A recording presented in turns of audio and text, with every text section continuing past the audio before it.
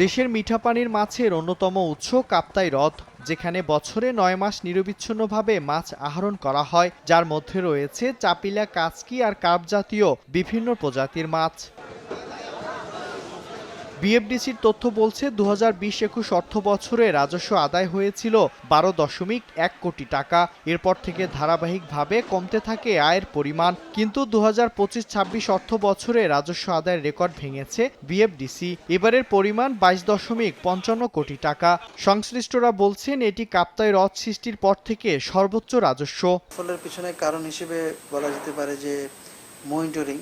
এখানে তো ধরেন যে অনেকগুলো জায়গা থেকে আমাদের স্টেশনগুলো, সাবস্টেশনগুলো অপারেট করা হয়।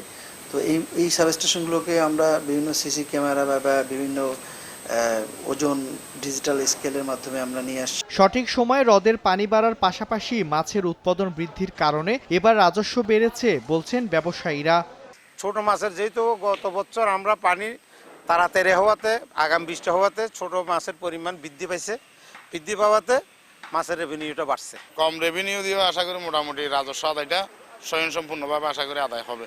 যদি সবাই সুযোগ সুবিধা পায়, আমার মনে হয় সবাই মাছগুলো এদিকে বৈধভাবে নেওয়ার চেষ্টা করবে। ১৯৬২ সালে কর্ণফুলী নদীতে বাঁধ দিয়ে সৃষ্টি করা হয় ৭২৫ বর্গ কিলোমিটারের কাপ্তাই হ্রদ। এখানে মৎস্য শিকার করে জীবিকা নির্বাহ করেন ২৬,০০০ জেলে।